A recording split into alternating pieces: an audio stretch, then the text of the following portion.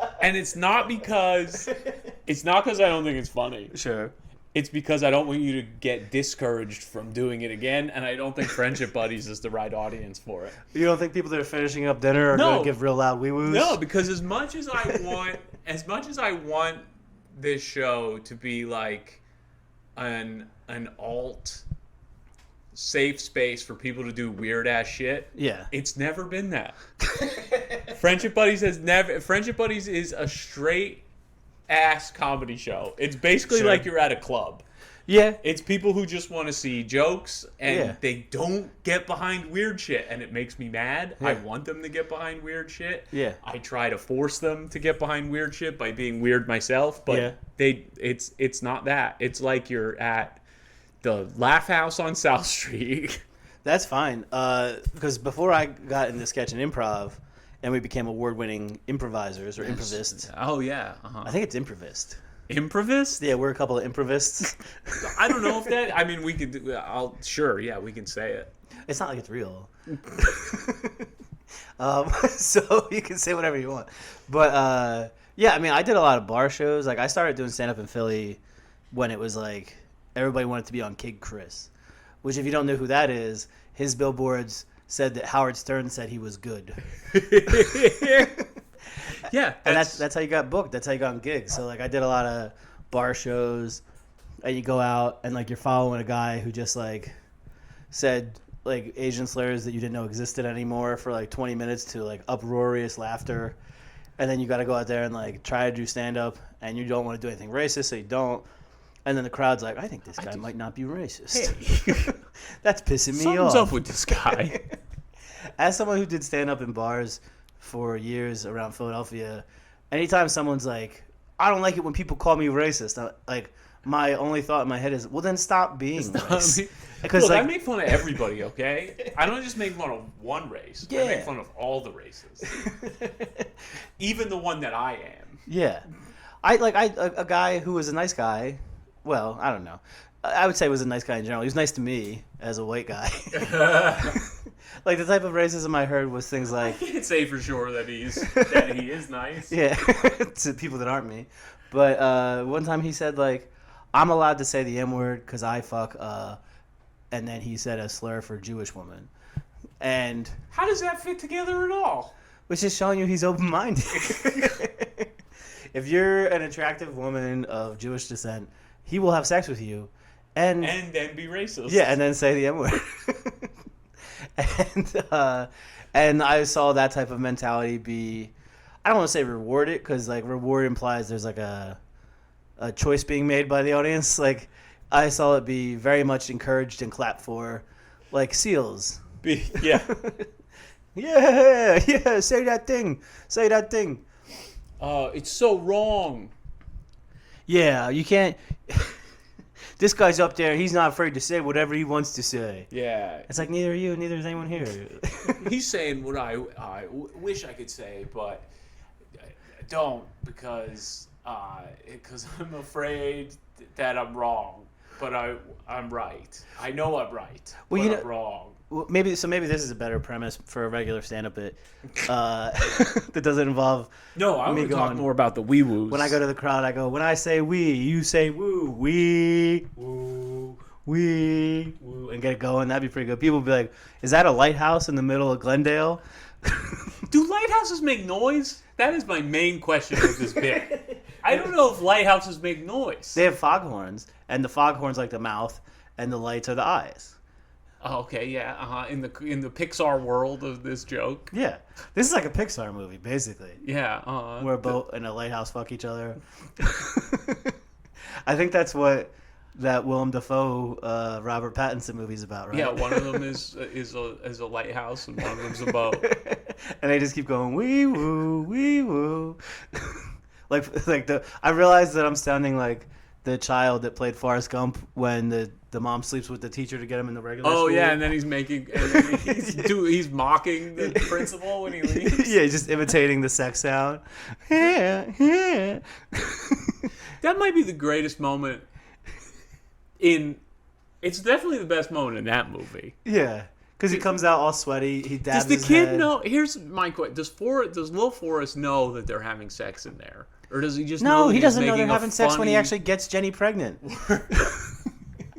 He has no idea. He just thinks it's a funny sound. Yeah, He has no idea what's happening. yeah, you're right. That might be what's going on there. But the premise for the regular stand-up bit is, so right now a lot of stand-up comedians are doing jokes about trans people, and I think the premise is like, hey, you guys know why they're doing this? Because they want to fuck trans people. The only reason someone talks that much about anything is they want to fuck it. Nobody talks that much about anything. If a little kid is going on about Legos, he wants to fuck the Legos. Yeah, he doesn't know that yet. Yeah, he doesn't know what he wants to do. He knows it's just like something with shoving his genitals against the Legos. He doesn't know, or the Legos go in his butt, whatever. I don't know, whichever one. But yeah, when everyone's like, why does he keep talking about trans people? It's like, because he wants to fuck them. Like, that's not a mystery. It's like, why are these Republican senators so against gay people? Because they want to fuck them. There's never been... like, when someone's like, why is this guy with no family and no kids so interested in the Boy Scouts? Because he wants to fuck them. Anytime someone's really interested in something, we should all throw up a red flag and go, uh-oh. I think this guy wants to fuck the thing he's talking about. It's that. I mean, anytime anybody talks too much about anything, it's because they are upset. Even when they like don't do it on purpose, or like they're trying not to. Yeah. Like they keep going back to it. Like I just finished rewatching The Sopranos, and there's this episode where one of Tony finds out that one of his like girlfriends on the side like commits suicide like after they break up. Yeah. And he just like starts going around, and for the rest of the episode he just keeps asking people. He just goes, what am I, a toxic person? Like he keeps saying that because he just can't get it out of his mind that like she killed herself because of him. Like he thinks that's the whole thing, and he just keeps asking everybody the whole. He just cannot, and he keeps like then he keeps doing like nice things for people to try to like make up for the fact that his girlfriend killed himself over it, and like that's all it is. Yeah, it's somebody fixating on something because they're afraid of like what they truly are and what they want. Yeah, and a lot of times people will say things that don't make any sense, and so like a story I have about it, and I feel like I've definitely told you this, but I don't know if I've said it on the podcast. But an example of that, someone fixating on something, and that's like the thing they keep thinking about because they can't get it out of their heads.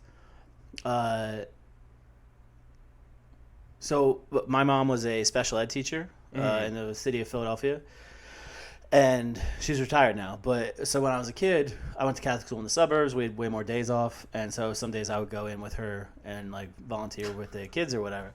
And in the 90s, in the middle of the 90s, there was a kid, and he was a skinny black kid, and he had glasses, like big thick nerd glasses, and Family Matters was the talk of the town. Everybody fucking loved the talk of the town. People loved Family Matters, and he looked like Steve Urkel. And so he hadn't seen the show. He didn't know what it was. And all he knew was that if people went to make fun of him and hurt his feelings, they'd be like, look at this Steve Urkel. And I guess some kid had called him this Steve Urkel looking motherfucker because that was how he phrased it when he wanted to hurt someone else's feelings. So he... It's perfect. It's fantastic. The story is perfect. So I was sitting there at the table. It was like a big luncheon event. He was actually... wasn't one of my mom's students. He was one of a different teacher's students, but it was classrooms from around the district all at this luncheon, and the kids got to meet each other and play some games and stuff.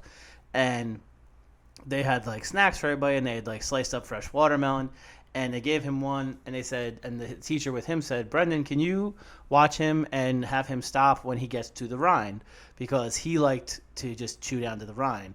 And I said, oh, and he like made a face. And I was like, is that bad? She goes, well, if someone eats the rind of a watermelon, they get diarrhea. And so that's bad. We don't want that. And so I said, okay. And so he sits there waiting for her to walk away. She walks away, and he like inhales this fucking watermelon and gets to the rind like immediately. And I'm like, hey, man, don't eat that part. You're going to get diarrhea. And he goes, shut up, you Steve Urkel motherfucker. That's the only way he did. That's what he knew hurt people's feelings. Yeah. Yeah, he called me a Steve Urkel looking motherfucker. And I was like, they said you can't have that. He goes, oh, y'all, they're all a bunch of Steve Urkel motherfuckers. I was like, what is happening? And so that was when I first understood the concept of projection, which is what a lot of those people do. Yeah. A lot of those comedians right now, when they're just like, and then the trans people are funny. It's like, listen, you body image having motherfucker. We know you want a lady that can bang you back, so why don't you just calm down? This point has been made before, but it fits in, so I'll say it. But like, so many of the comedians who like don't understand like trans people and like don't understand or pretends to not understand it or just are ignorant out of hate or whatever are like on HGH and steroids and like are on testosterone themselves. Yeah. Because they're insecure in their own like personal level of what they've been given. Yeah. You know? Yeah, Chappelle did go from like a skinny, funny comedian to an HGH cigarette smoking like image of like a tough guy in his head. Yeah, just pretending. Like he's the wrestlers from the 80s that had the chest hair and wouldn't shave it. Like he's this cool tough guy. He just can't stop talking about something horrible. But that would be my bit. I'd be like, I'd be like, when people can't stop talking about something, I would ask somebody, I'd be like, sir, what's something you can't stop talking about? And I would ask an audience member maybe, and they would be like, the new Thor movie. I'd be like, could you want to fuck Thor? And that'd be fun. Well, maybe it wouldn't be. I'm constantly afraid of inadvertently revealing my fears through talking about things too much, and that's why that's why I shut my mouth. That's why I'm quiet, because I'm just afraid that I will just talk too much and reveal my deepest, darkest insecurities.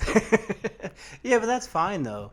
Like that's like, I don't know. I personally don't think there's anything tough about being afraid to have feelings. Sure. And I think that that's like a lot of what those shitty like dickhead comedians do, where it's a lot of like, oh, check out this guy. Like, what do you want me to feel bad? It's like about a bad thing you did? Yeah. I want you to behave like a normal human being who has decency and doesn't have the balls of a baby who is afraid to admit that you were wrong or did something weird. Because that's... And then they also want to like throw it in other people's faces immediately, like I'm an evolving, changing person who's never evolved or changed. Yeah, I go from t-shirt to long sleeves. I'm constantly learning, very slowly, because I don't try to at all. But I'm always learning and I'm always getting better. But on my own pace, because I don't put any effort into it. Yeah, and then I love the retreat of like. If you ever, I don't know if most people do this, but I would always just kind of confront people who are being assholes, I think, around stand-up generally. And then it's always, listen, I'm just trying to be funny. Yeah. And then that's my favorite part, because then you can hit him with like, well, it didn't fucking work. The silence should have been a fucking tell. Those are the best. If they were saying, I'm being funny, and they were... Sometimes people laugh. Yeah. That worked yesterday. I think that's the thing I miss the most about stand-up is the immediate feedback. Like, when we would do the open mic at Helium back in Philly, and I know I got a little bit of a reputation for being the one guy that would laugh very loudly in the back at a very, very bad joke from stand-up. But it was because I truly enjoyed those moments where some dickhead who would like tell shitty racist jokes or homophobic jokes or whatever, just mean, shitty, dumb nonsense he would tell his friends and like practice over and over again at parties, and his friends would laugh because they were the same as him, would get on stage and just start, like, the most common one I would say like 15 years ago, 12 to 15 years ago, was when I first started, it was, I called up customer service and they tell me I gotta press 1 for English. Hello, this is America. You press 2 for Spanish. It's like, well, that's the other option. That's what they're getting to. Yeah, that's the idea. And that was such a prevalent bit. Like, I can't even remember how many different open mic comedians I saw do that bit or versions of that bit. Yeah. To the point where if you call customer service now, they actually don't. It actually takes longer because they just go like, they'll say like, okay, and take you to your menu or whatever they say. And then they'll have it say in Spanish, like, press número dos por español. And, like, then you got to sit there and wait because you're not pressing one. One would have skipped you ahead faster. But people were so mad. What are these next languages they're going to tell me about? Yeah. press 2 for español? What am I pressing 3 for? Well, don't press 3. Press 1. What are they going to get to next? And then my favorite part was the second part of that bit, which was they'd be like, and then so I press 1 because I speak English because this is America. And then a guy with a heavy Indian accent goes, hello, my name is Steve. And I go, sure, Steve. Oh, I don't believe your name I is sniffed Steve. you out because I'm Cruff McGruff, the crime dog. Nobody whose name is Steve has any kind of accent that I know. Yeah. Have an American name like Seth, who also maybe was an Egyptian god, but I think it's an American name because I'm dumb as fuck. The idea that any name is American that's not like Algonquin or something. Oh, yeah. Well, Algonquin's not a real one. That's the. But any name that's not a Native American name, like thinking it's an American name, be like, how come he's not named like Jim? Oh, you mean like everybody in England? Like what? What the fuck is this? But the prevalence of that, like, it never went away. I feel like it's just, like, good comedy comes and goes in waves. Uh-huh. And I feel like it's in a valley right now.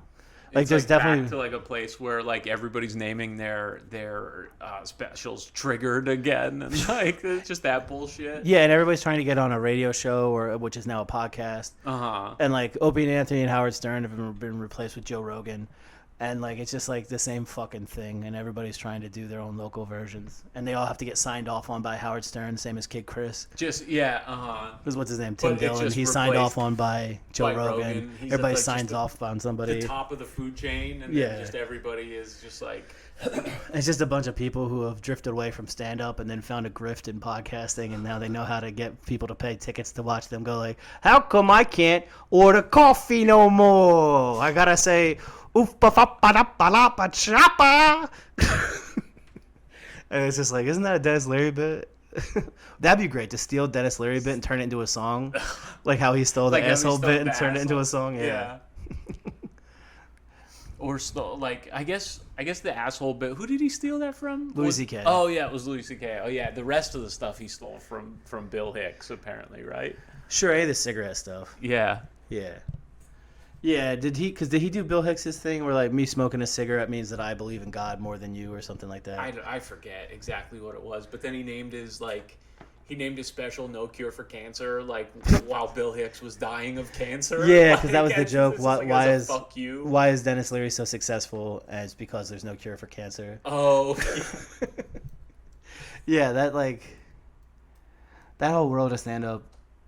I guess what I miss is being in my 20s, having no responsibilities, and arguing with lunatics on a Wednesday night. Yeah. Just maniacs yelling at people, saying crazy things. I broke up a fight at an open mic one time because two comedians were in a physical altercation over who wrote the joke. Yeah, men are dogs, but I'm not a dog because if a dog smells a pussy from across the street, it'll cross that street. If I smell your pussy from across the street, I'm walking the other way. And it was a little white guy and an older black guy, and they threw down, and there was grapes on the ground because the open mic was called Sour Grapes, and someone had stepped on them, and we all three of us almost slipped and fell and hit our heads. Brendan. Well, here, okay. I'm just gonna keep pitching concepts. Right, this is another one. Maybe I can do this. Instead of just talking through any of them, we're just gonna let you pitch all your concepts out. Because I don't really know I don't really know what to do with. There's a fucking lighthouse who woo-woos at people. It's just like, okay, wait, let's do it, just real quick. Well, What was the inspiration for this idea, Brandon? I hear your point. Well, I just thought it'd be funny if a lighthouse was when we woo. Oh, okay. Yeah, that makes sense. And And the progression of the relationship, is this inspired by anything? Sure, it's the relationships we all experience in our life. I feel like art imitates life almost as much as life imitates art. Oh, nice. And so, I think pretty soon, somebody somewhere has to be going wee woo while they get fucked. And it's not just Forrest Gump's mom. If you are the boat, who is the lighthouse? I don't know. Oh, wow. It's to all the ladies I loved before, I think. It's like that. What's his name? Willie Nelson. What's his name? Wyclef. Yeah. Wyclef Jean. Yeah, I'll be gone till September. Because that's when the tide is low. I don't know. This is a premise. Hit it. Anybody here trade crypto? Haha, fuck you. Wham, my get rich quick scheme didn't work out. Boo hoo. That's the premise, baby. Yeah, I think it's kind of thinking about how right now mankind is trying to figure out if they can make money off of this scam, and if they've already missed the point where you can make money on the scam. And I think it's a pretty cool thing to talk about. I came up with a bit about London. Okay. And because I recently went to London for work. But oh no, this isn't good. What has that stopped you before? No. I recently went to London for work, and I had a great time meeting and working with the locals. Everybody talks about how great and fancy it is there, but actually, these people eat beans for breakfast. Like a bunch of hobos. And they do have a lot of trains there. I think it's a hobo country.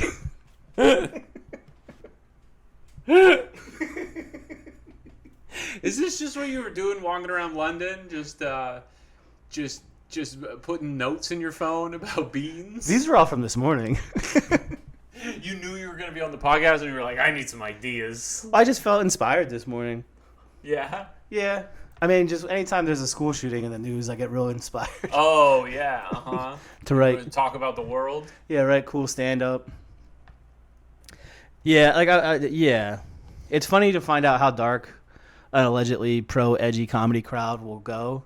And in my experience, not that dark. Not that actual dark. Yeah, they don't like actual darkness. They'll go racism that they've heard before. Yeah, because it's something that they've already heard, and that's what they think is dark. Sure, I remember one time my aunt and uncle, when I first were doing stand up, they heard that I was doing it. I wasn't really telling my family about it because it's a shameful thing and you shouldn't be proud of it. But so they heard about it and like, oh, what type of stand up do you do?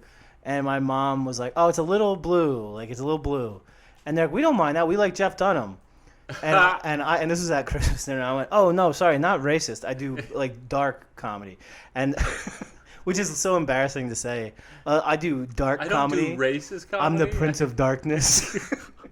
And they're like, well, I don't know. What do you mean? Like, what's a dark comedy? I was like, well, like, I have a whole bit where I say that Jesus was gay. And they go, well, that's not funny. And I go, yeah, that's okay. You guys don't worry about it. You don't have to come. We don't have to go there. No, why is it not funny that Jesus was gay? Well, because I guess they don't like me making fun of that book. I went to 12 years of Catholic school, and when I meet someone my age who's still Catholic, it's like, ugh. Like, what a yuck. Like, how do you grow up with the internet and still think it's real? Like, what a bunch of dummies. And then for a while in stand-up, like, people would want to pull off of it because they didn't want to... Because ultimately, like, whatever someone says, when like, I don't care what the crowd says, I don't care what anybody says. Like, they desperately care.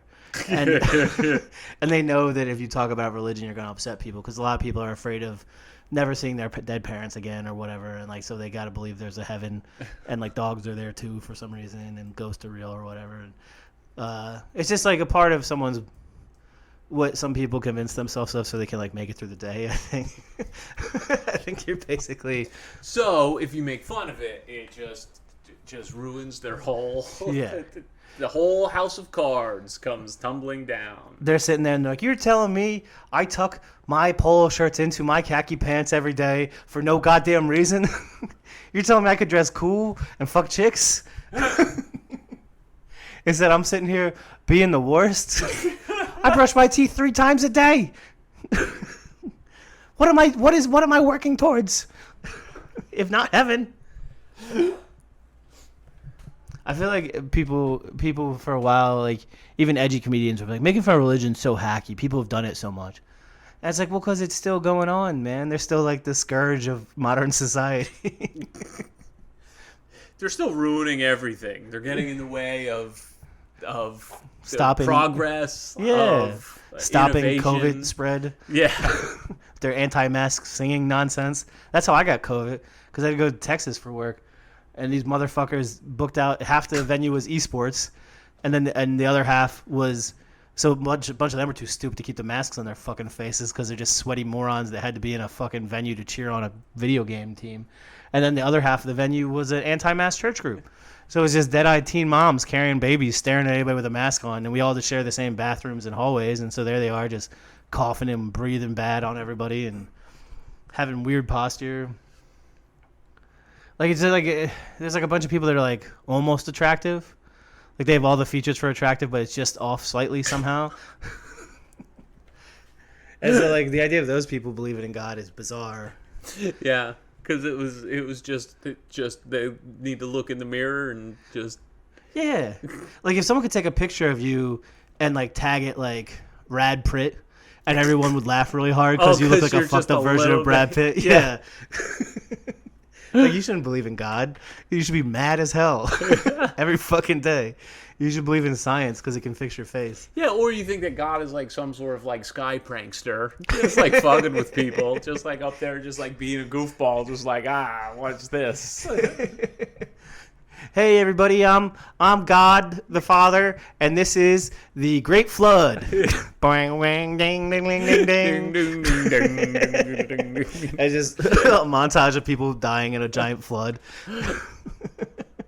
And then, like, years later, just people trying to find historical events and tie them to biblical stories to pretend, like, see, it's all real. Like, there are people that have used satellite images to try to find, like, Noah's Ark. And, like, we think it's on top of Mount Everest.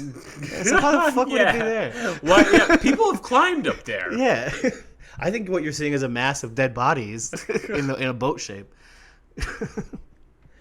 Yeah, I don't know. Well, like, there was a mountain that they said that I remember hearing that, like, Maybe from Mount church Sinai? people, that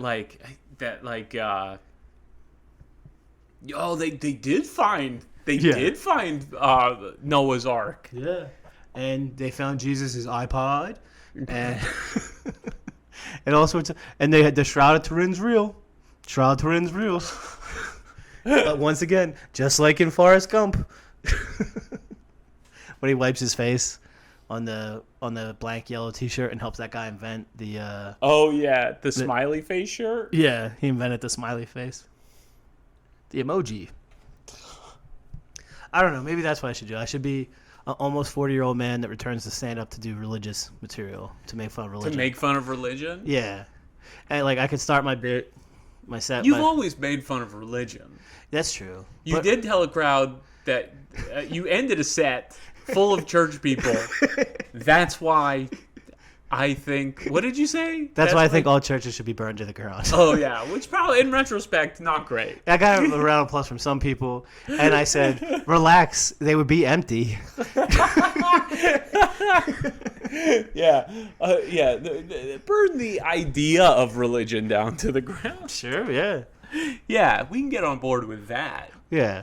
Well, I mean, like, I guess religion's good for some people. Like, let's say you wake up and every day you are constantly afraid of everything and everything's a mystery. Well, then religion's for you. Religion is, yeah.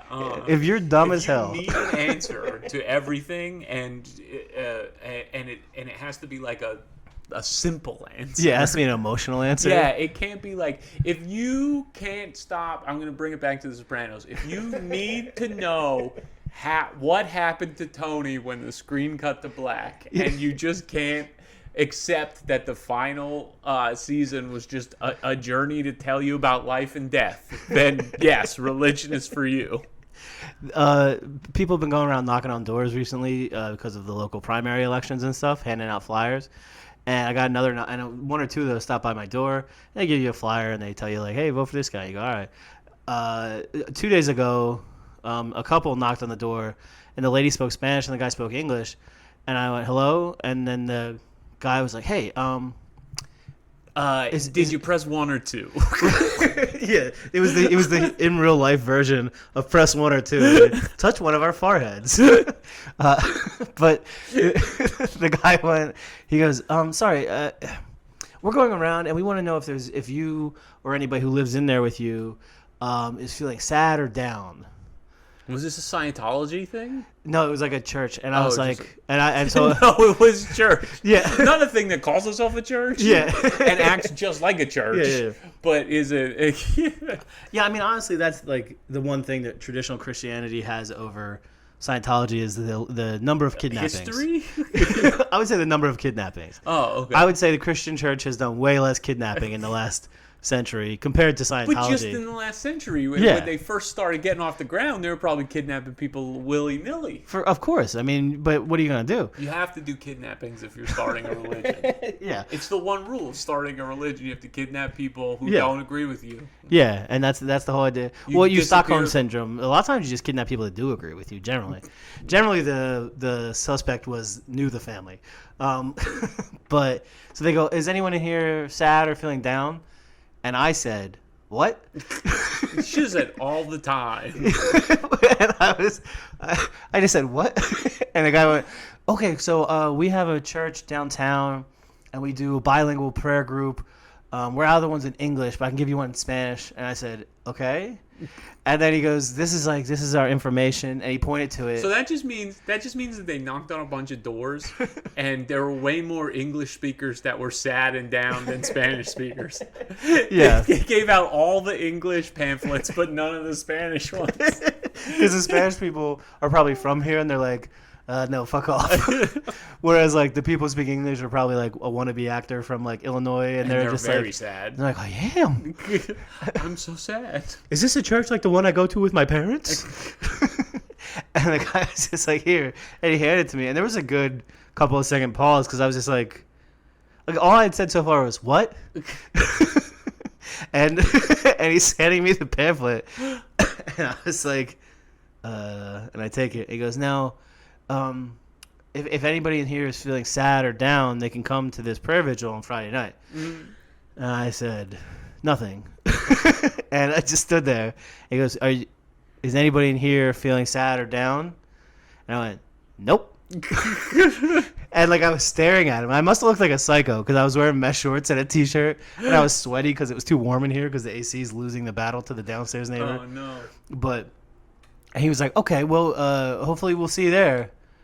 And I said nothing, and I just closed the door. I remember, because when I was a little kid, I went to a church that like made you feel like you should be telling everybody about church. Like, hey, Yeah. like everyone you know is gonna go to hell if they don't believe in Jesus. Oh, was it an evangelical one? It was, yeah, like Assemblies of God. Like that's the kind of church it was. It was just like all of your friends are going to burn forever if you personally do not get them to accept Jesus as their savior. And it fucking, like, as a little kid, Yeah. I was just like, oh no, it fucking ate me up. Like, I would go to school, I would play with my friends, and I'd be like, does he believe in Jesus or not? I'd be like, he's gonna die and burn forever.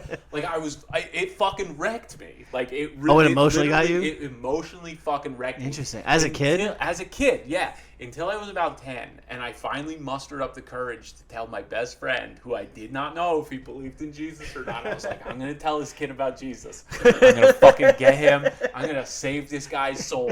And we were at a minor league baseball game, and we were standing up for the 7th inning stretch. And I turned to him, and I go, hey man, do you know that Jesus died for you? And he turned to me and said, what? And I said, nothing. And that's when I was just like, I guess I don't believe this. I was like, I don't believe this. I don't want to do this. I don't think, no, you're not going to burn. Never mind. Never mind, Eric Beaver. You're not going to go to hell. He tested your faith and you failed. And I failed. That's all it took. That's all it took. Him to be like, huh? I didn't hear you. And he probably did hear me and gave me an out. And I took it. And I haven't believed in Jesus since. I grew up Catholic. I went to 12 years of Catholic school. And the Catholics have a very long list of who is going to hell and who isn't. And anybody that's not Catholic is going to hell, just is the short of it. Just because? Yeah. You got to be Catholic. You can't be Christian, because if you're not Catholic, you don't get your sins absolved. Oh, yeah, you don't, like, take communion or, like, get baptized. The Holy Eucharist, or whatever. baptized, yeah. And it's so weird how everybody just has, like, a different rule. Different, like, just little different, like the Jews are just like, we're chosen, baby, and then the Catholics are like, you need to get a little water poured on you, and you need to take the Eucharist. But there's more. It's more complicated than that. And then the Christians are just like, you just have to go, thank you, Jesus, I believe you're a guy. And that's, you know? Yeah, I mean, like, when I think about religion, and, like, so since I was raised Catholic, well, one very funny moment was when I was in 5th grade, and our 5th grade teacher, every day we had a religion class. Maybe it was once a week. No, I think it was every day. One of our classes was always a religion class. And she was talking about how we were getting ready for the one sacrament, the saying you're sorry one, confession. We're getting ready for confession. You take your first confession when you're like... The one where you say you're sorry. Yeah. I'm sorry, God. Like, literally, you're allowed to confess anything. You can say you did murder. And then the priest will just tell you, like, how many prayers you gotta say. Like, is there, like, a cap? Is there a cap on how many, like, prayers you have to say? One kid who kept, like, sneaking, like, into the bathroom when his older sister was in there. Like, I remember. Oh no. He was like a bad kid. Being a creep. Creepy. Yeah. He like went in there and we all laughed because he went into the confessional and he came out and he had to pray for like an hour. Like, he was like, normally it was like, say 3 Hail Marys or whatever. Yeah. And it's like, I took cookies when I wasn't supposed to, or like I lied about my homework. And then the priest goes like, well, lying about your homework's bad. It's important that your parents know how you're doing in school, and like, and don't eat too many cookies. That's not good for you. You want to be healthy. Yeah, take 45 seconds to repeat the same thing 3 times, and then you're forgiven. Yes, and that's exactly the thing. They claim it's not that simple. They claim you have to actually mean it, but I mean, they don't. But they don't teach you. But they don't teach you that. They tell you that. They tell you it, but they don't. Yeah. Do they teach you what it means to mean it? Well, it literally can't mean anything. They can't teach you something that doesn't exist. Like, well, you know what I mean? You can teach somebody like how to be sorry or like be like actually. You know what I mean? Sure, like, you teach someone what it means. It's called to, like, it's called giving a little kid a complex and making them neurotic. Well, yeah, filling them with shame and telling them they didn't apologize good enough. Yeah, they do all that. Are you really sorry? Because you came in here and you confessed the same thing last time. You know what I mean? Like, you tell them why something's bad, not just that it's bad, and then tell them, like, if you really want to change, you don't do it anymore. You know, the priest would do that sometimes. Like, things like actual, like, you know, things to, like, make you better, not just, like... Yeah, like, they would say stuff like that. They'd be like, and I want you to, when you see your parents, like... do something nice for them, like help clean up after dinner to show them that you are sorry you lied to them or whatever. And it's all just about like service. But also that has like, I don't know, it has nothing to do. The punishment has nothing to do with the crime. You know what I mean? Like, well, sure, the belief has nothing to do with reality. I know. The whole idea is to make people subservient so that they work in line in a system that benefits the rich who don't actually believe in the thing. Yeah, I guess what I'm doing right now is what I get mad at when I see people on like Twitter. Like when, you know, the whole like taking away abortion happened, right? And people are like, well, this is hypocritical because of A, B, and C. And I'm like, you think they care about being hypocrites? Yeah. They don't. These people are out of their fucking minds. People. Yeah. They don't care about being hypocrites. Pointing out all the ways that they're hypocritical does not affect them at all. Yeah. They know this. Yeah. They just want power and they want to control people. So I guess what I'm doing now is that. Trying to apply logic to something that is illogical. Because the whole point, I mean, that's the concept of faith. When they teach you about faith as a kid in Catholic school. It's blind. It's need blind. to have faith in something that's not. You believe God is good and wants the best for you, the end. Yeah. Don't question Don't question it, and that is what having faith is. Questioning it is a crisis of faith. Which is funny because, like, then the adults who are still Catholic, like a grown man who, I'm 38, a grown man who is 38 and still Catholic deserves no respect. And honestly, other adults should be able to spank him. They should be able to pull his pants down and spank him because he's a child.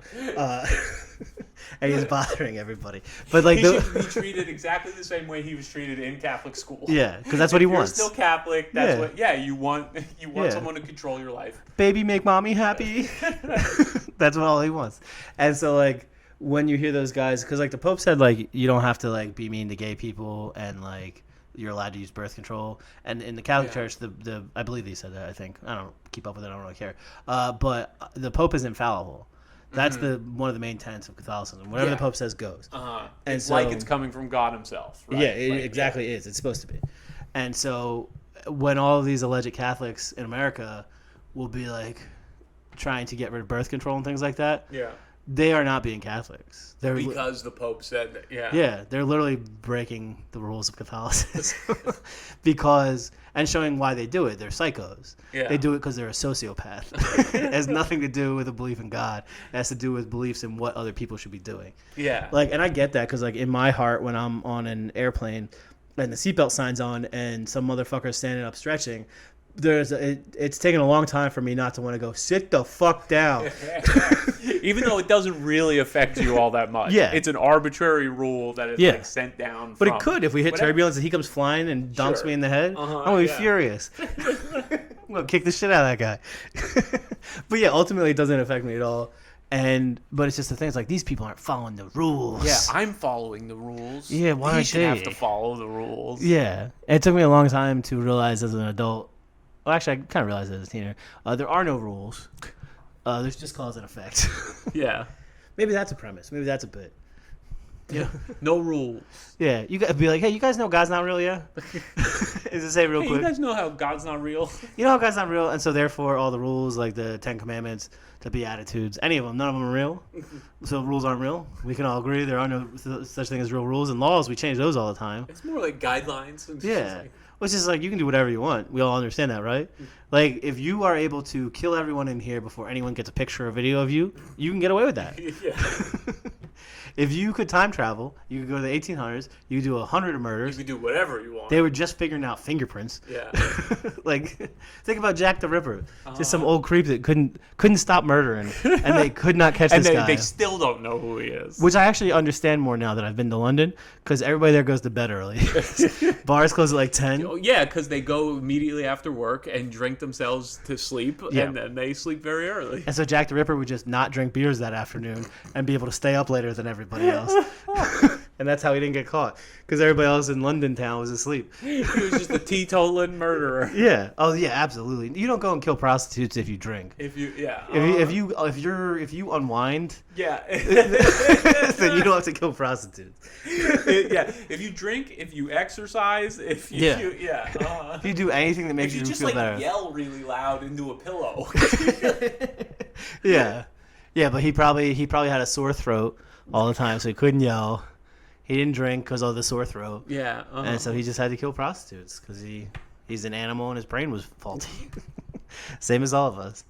I love it when people are like, what are the motivations for this violent act? It's like, who cares? Fucking put him down like a dog. Like, who gives a shit? Well, that's where you go wrong in the 1800s, because they, since they couldn't prove anything, they just put anybody down for any reason. Yeah, that's true. Well, it wasn't for any reason. It's because they wanted to. Well, yeah, because they had some sort of beef against them because they were from a different town or looked different than them. Yeah. It's funny, the people who are responsible for the most deaths by their like decision and policy making right now are the ones who are most likely to want to put other people to death. That's another thing too. Like, a lot of comedians are afraid to make fun of Republicans. Because, especially during the pandemic, that's generally the type of idiot that was actually going to comedy shows. So Yeah, going out and go, hey, I can't make fun of half the audience. yeah. And they'll be like, what do you mean? I don't want to cut my audience in half. Yeah, like the type of comedian who is very liberal but will not talk about it on stage. And, like, I understand because, we know plenty of people who do that. And it's fine because, like, for them, that's not what comedy's about. They like the challenge of writing jokes or doing bits, entertaining everybody. Mm-hmm. And I see that. But also, Why not tell these people to go fuck themselves all the time? I feel like a lot of these people walk around worlds where they're like they get so like when Beto O'Rourke went and like yelled at Governor Abbott. Yeah. He didn't even say fuck you. Yeah. He just said like you have been not doing enough. Yeah. You need to try harder. No, And cops were like, you shut the fuck up! How dare you! And it's like all of those people need to be told to fuck off every single day. That they're worthless. Yeah, until they get used to it. Yeah. And then they can be fucking calm and normal and join society. It's like how you can't like train a dog to learn any manners or anything unless you take it on a long walk so it's tired. Yeah. We gotta tire these motherfuckers out. Take them on long walks. Just beat them down through telling them that they're fucking worthless. Yeah, and let them calm the fuck down. Because they are. Because like, I don't know. Have you been reading? I believe the phrase "take them down a peg or two," or just fire them. Yeah. Fire these dummies. Yeah, like just the cops outside the school. Jesus Christ. In Texas. Yeah. Not being afraid to go in. Yeah. And then tasing and handcuffing parents that were trying to go in. Who were trying to get. Yeah. That's a new level of cowardice. It's the complete package of why cops are worthless. Yeah. And it's just like everybody who says that cops are heroes, like you should be able to just show them that and be like, where, how, why are they here? Like they seem to only want to shoot people who don't have guns. If cops are bad, then how come this cop did a breakdance with some kids? Yeah. How come this cop played some basketball with some kids? Yeah, this cop kneeled with someone before kneeling on them the next day.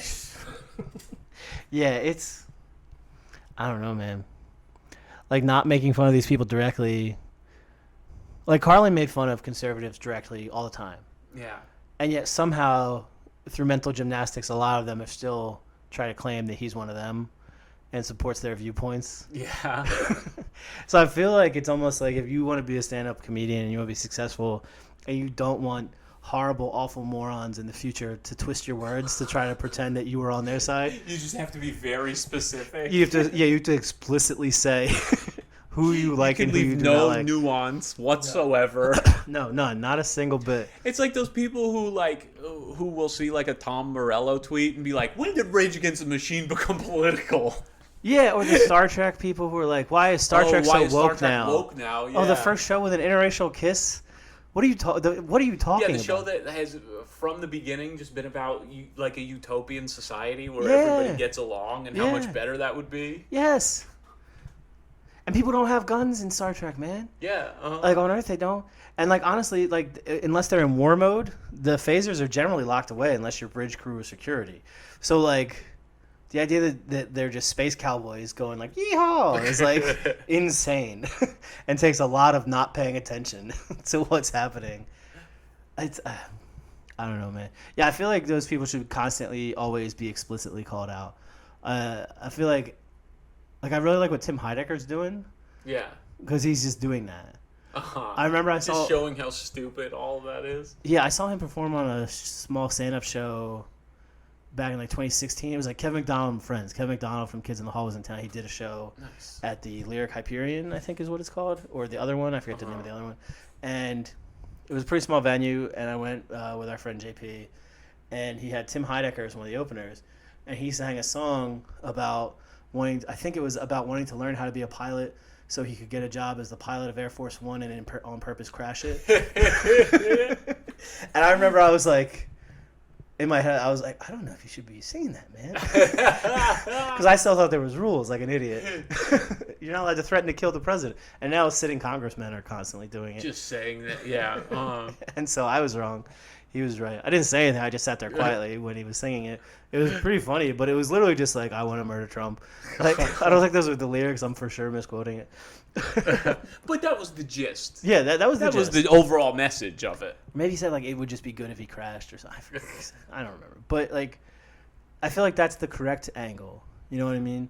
If you're trying to think about just like being very specific. Yeah. Literal. Yeah. No nuance whatsoever. Yeah. Like maybe that's if I ever return to stand up, that's how I start. I go on stage and go, okay, here's me in a nutshell. Number one, I think any comedian that makes trans jokes does it because they're horny for trans people and they're embarrassed about it. Number two, God's not real. If you believe in God, you're a coward. And now that you know this, Enjoy my comedy. Here is an impression of a lighthouse. Oh shit. Wee woo. Wee woo. What emotion is that? Oh, that's from that's the Simpsons song part. Oh, okay. That's the end yeah. of the Snowmasons. Who keeps the metric system down? We do. We do. It's a very specific reference that people, when they get it, will. I think they'll enjoy. Yeah. Yeah, the we do, and then Homer's like, yeah, he's all happy because he Keeps joined. the metric system down. But then they kick him out because I think he wipes his butt with their like charter or something. I forget why they kick him out, but it has something to do with the piece of paper. And then they put the rock of shame on him, and he's got to walk with the rock of shame. Yeah. All right. So Brendan, when are you gonna do stand up again? Well, I don't know. I just got a new job, and it's going pretty good. So that's gonna keep you out of it for at least another 6 months. I have this dumb thought in the back of my head that like I'm gonna do stand up, and someone's gonna be like, I just randomly went to go see stand up, and you were on stage saying "fuck those kids." You were saying, because that's another idea I think is a fun way to open a stand up set, to be like, give it up for yourselves for coming out and supporting live comedy. Yeah, you could have been doing anything else in the world, and instead you're here tonight. Like, for example, you could have been helping getting those kids out of the cages that are still in the cages. But today we all woke up and said, fuck those kids. I need to laugh. Wanda at work was being rude this week. I need a drink and I need to unwind. Every day we wake up and choose to be bad people. Yeah. Yeah, every day we wake up, we leave those kids in those cages.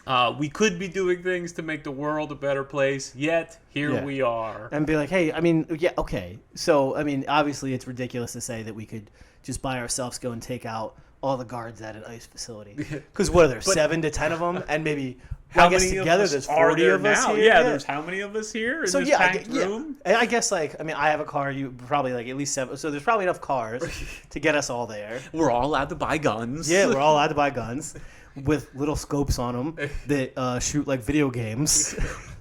And then be like, yes, have I shot an AR-15? Yes. Is it as easy as a video game? Of course, yes. It literally puts a little red dot and you click it like exactly a mouse. where you want. Yeah, it's super easy. And you can go as fast as click, click, click, click, click, click, click, click, click. That's how fast you can shoot the bullets. It can hold at least 30 in a standard clip for an AR-15. And there's, like I said, 7 to 10 guards. So you can miss 20 times. That's just one guy. Imagine we all had AR-15s. We'd be pretty cool. But glad we're here, laughing at this comedy show. Yeah, it's pretty great, guys. I know a guy who has 3 AR-15s. Why? Well, I think he's nervous that all the women he inappropriately touches on set are going to come and fuck him up. Well, that's a good reason to have a gun. Yeah. If you did a lot of creepy things and are afraid of your comeuppance, guns are for you. Yeah, those are generally the people that most want guns, I think, is people who know they have it coming.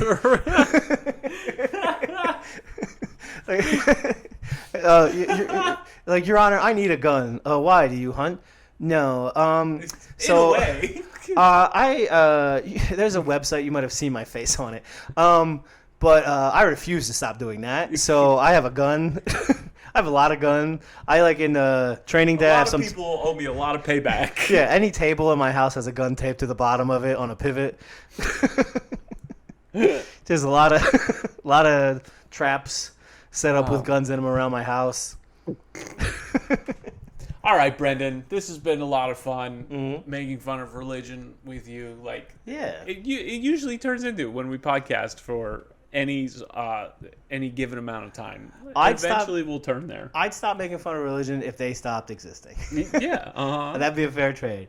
If every modern day American Christian, aka terrorist, stopped today, I would stop making fun of you. Yeah, I wouldn't make fun of them ever again. Yeah, I would never make fun of their dumb little feelings and their stupid fears.